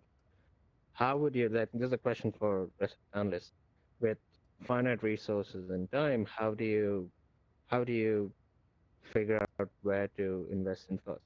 Or if you have to invest simultaneously, how do you balance out time and effort spent in these areas? Yeah, I think on the comment on the I guess one question there, because potentially it is the assessment of the improvement you get from personalization, and I think it's true that there's easier and easier ways now to generate personalized HRTF, and there's certainly ways to show in the lab that those provide a clear improvement. I think it's also worth thinking of them in the context of your system. So in the end, if you integrate those HRTF in a rendering engine, that may be an engine that has to run very, very efficiently on the mobile device. You have to think of how much of those benefits still translate through in that context. Maybe you're using a rendering engine that uses a low order ambisonic busing under the hood or something like that, where there may be limitation that kind of prevent from getting the full benefit of personalization. Otherwise, I mean, in terms of assessing the performance, of course, there's doing experimental listening tests. I'm actually presenting a paper this afternoon on a more analytical approach, but yeah, I think it's going back to my earlier point. I think it's important to think in the full context. And so if you're developing an application where it's very crucial to have high spatial accuracy, maybe it's for a professional that needs that as part of their work, and so it's very important to have spatial accuracy. If your application is maybe more about entertainment and you want people to hear, let's say, someone behind you, and the most important is that they know to turn around once they can see you, they localize you directly, and you want them to do that quickly. There's different tests, I guess, depending on your target application. You may choose a different way to measure how well you're doing and how much the personalization is improving on that. Yeah, I think that's a great point, and a lot of it I think boils down to the metrics and how do we even know this is working for the end consumer. And yes, we have lab techniques, and we in my team we have a lab space. We do experiments, we do localization tests with generated personalized HRTFs through AI, and it all works. But how do we, at the end of the day, how do we assess if this is actually working? And this is actually a question to you, Poppy, because you were talking about the cognitive load earlier. What are there techniques, or what kind of techniques do you foresee that at the end of the day, how do we know that the end user is not cognitively loaded with certain techniques over other? Sure. And again, so to Remy's point, I am a huge believer in objective metrics of the pipeline. I think these are things that, we should be able, we need better models of prediction of success of the translation across all the pipeline to the end user, so that we can anticipate their, or we can objectively, and be able to model what we anticipate their subjective experience will be. But that being said, things like cognitive load, you can pick up in the diameter of the pupil, you can pick up in other behavioral reaction time. Reaction time often can show up as cognitive load. Obviously self-report, but I'm a big believer in a lot of, you with a headset on, you're getting, you potentially have sensors engaged in places that you can amalgamate those for some metric of cognitive effort. That pupil diameter is a really good metric, and that is definitely one that can show up under certain, show up easily with certain. You could have a test scenario, but also a good metric is people engaging, and having feedback. Right, that's definitely one that I think shows up a lot. Cognitive effort you can pick up in the ear as well. Right now, that's, I think in the 3 years, we'll see a lot of earbuds that do measure cognitive effort.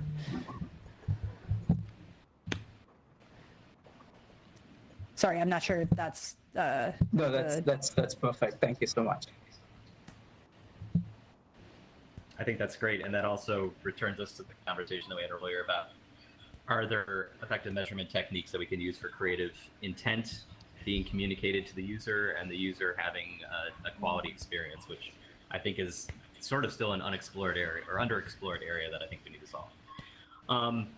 We are coming up towards the end of the time that we had allocated. So Lawrence, do we have any, or Matt, do we have any questions from the audience that we wanted to go ahead and ask at this time? Otherwise, I do have another question. Oh, look, a new button just popped up. People can raise their hands to ask questions, like magic. Right, so the first person I have up is Aaron McLaren. Go ahead and ask your question, Aaron. Hi, so my name's Aaron. I work over at Epic Games. I was curious in terms of HRTF personalization, if there has been any discussion about forming a sort of standard or some method of figuring out some way to get interchange between different applications and platforms. From my perspective, supporting 7 platforms with Fortnite, where we have HRTF through Google Resonance, getting some kind of personalization would be very powerful, but we would need it to work across all platforms now in the future. And I think the only way to do that is probably through some standardization or some format discussion. So I'd like to hear what y'all think about that. Yeah. I mean, I was just going to say, Agnieszka was in the front row, and she worked heavily, didn't you, on the SOFA format? And there are standardized formats for HRTF coefficient exchange. But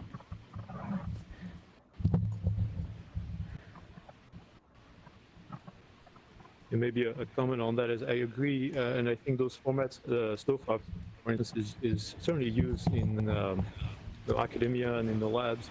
Maybe to the point of the question is maybe what's missing potentially is integration, better integration in products, so to make it easier for end users to use.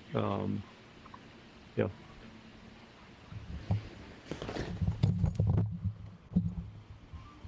I think another challenge. Oh, go ahead. Go ahead. No, I agree with you, Remy. I mean, I think that is an issue. But I think you will see different solutions and different approaches to to an HRTF personalization, and need to be able to work with different solutions because they're often optimized then for the different renderers and the renderer that's being used for a particular engagement effort.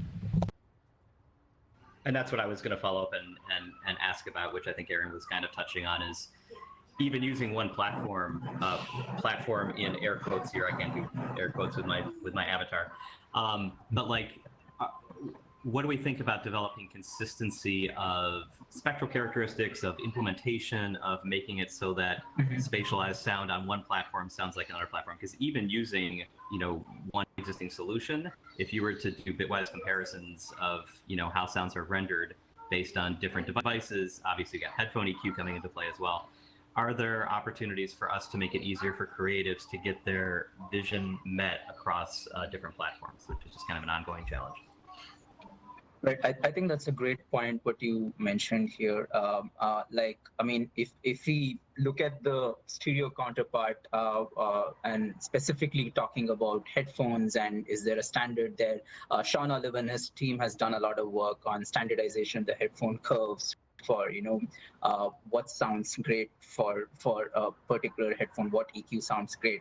But I think the translation of that to all the way to the spatial audio domain where we are applying HRTFs where with all these different notches and boosts, the same set of curves doesn't apply here, and so I think that's still I think a research that is kind of missing, and I think Facebook is working on that as well. So that's something I believe is super important to get standardized, at least for applications like virtual audio and virtual music, virtual studio, surround sound applications. To me, it's similar to, okay, this is a highly reduced example, but like gain staging, right? So we want our pipelines to have good gain staging, not to boost the signal unnecessarily. So the ideal state we should get to is that our devices are able, that whatever devices out there or platforms are able to sort of self-equalize based on whatever hardware deformations or characteristics they have, so that whatever HRTF or spatial engine you load in, it ends up sort of passing through with all of those factors taken into account. Of course, sometimes the best outcomes you have is when these systems are highly optimized and tightly coupled. I think there's an opportunity here to decouple them and ensure that increasingly platforms are able to sort of have the equivalent of unity gain staging across the signal chain for spatial audio. All right, and we do have one more hand raised here. Aaron Berkson, go ahead and ask your question.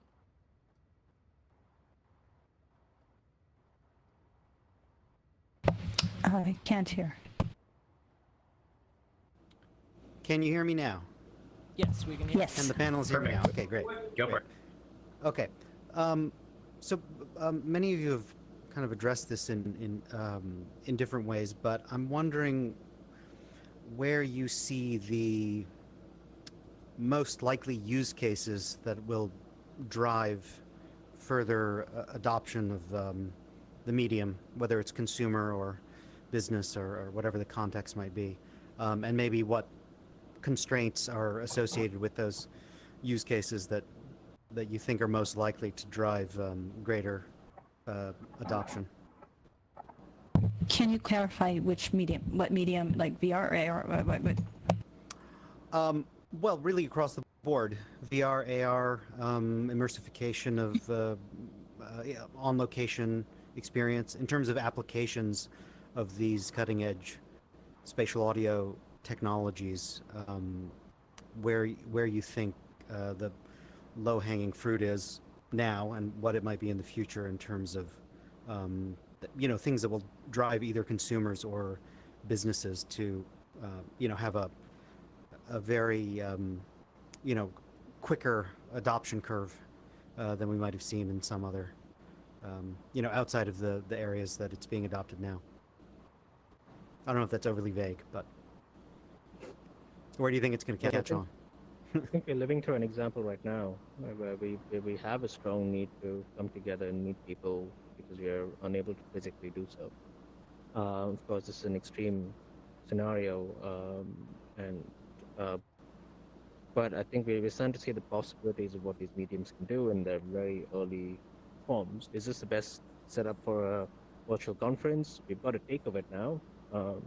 But is this the best setup, and how will it evolve in the future? We should see. But I also think that as we start to scale, we start to see a differentiation in some things that might be really great to do in VR, and other things maybe that might be really great to do in AR, or other things that maybe a mobile device is still good for.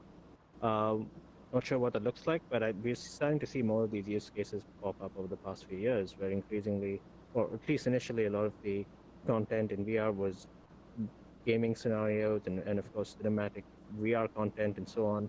But we're starting to see applications like these that are starting to help bring people together, help us communicate, meet people, play with each other across different time zones and geographies, which I think is an exciting area of development in the next few years. Totally agree with Varun here. Just to add on, I think one of the other things that I'm personally excited about is I think live streaming music in spatial audio, and I think with 5G technologies coming up and with ambisonic and hybrid audio distribution, I think that's going to be a huge thing, and that's yeah. Mm-hmm. Yeah, and I think that collaboration in general, I think, is a big application, and as Arun mentioned, especially with the current circumstance where travel and meeting in person isn't always an option. I think there's sort of a big potential there, and I think audio plays a very important role. Even VR and AR became more popular, and again. You already saw with things like Dolby Voice, the use of spatial audio for improving telecommunication. I think just in general, remote collaboration is a big area that has a lot of potential for this type of technology.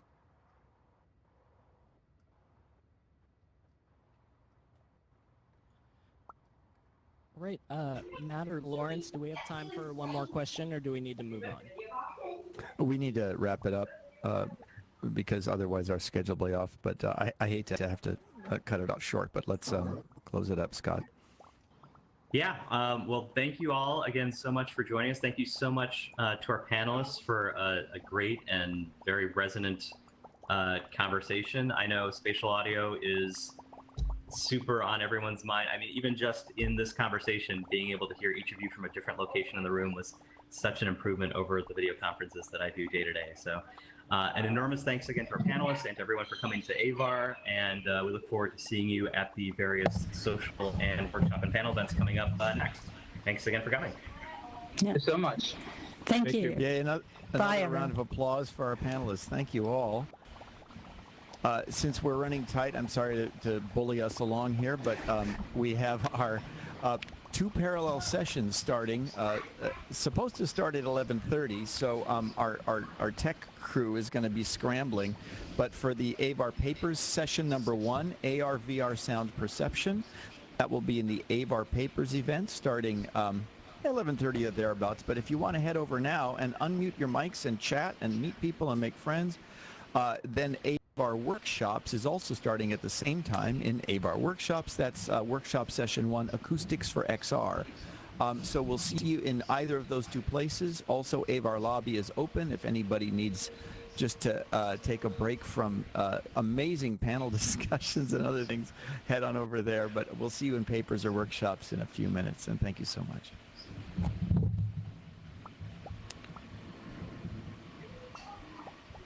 Thank you all again. Thank you. That's. Thank you. Awesome. Thank you so much. Thank you, guys. Thank you, Scott. Thank you, everybody. Yeah.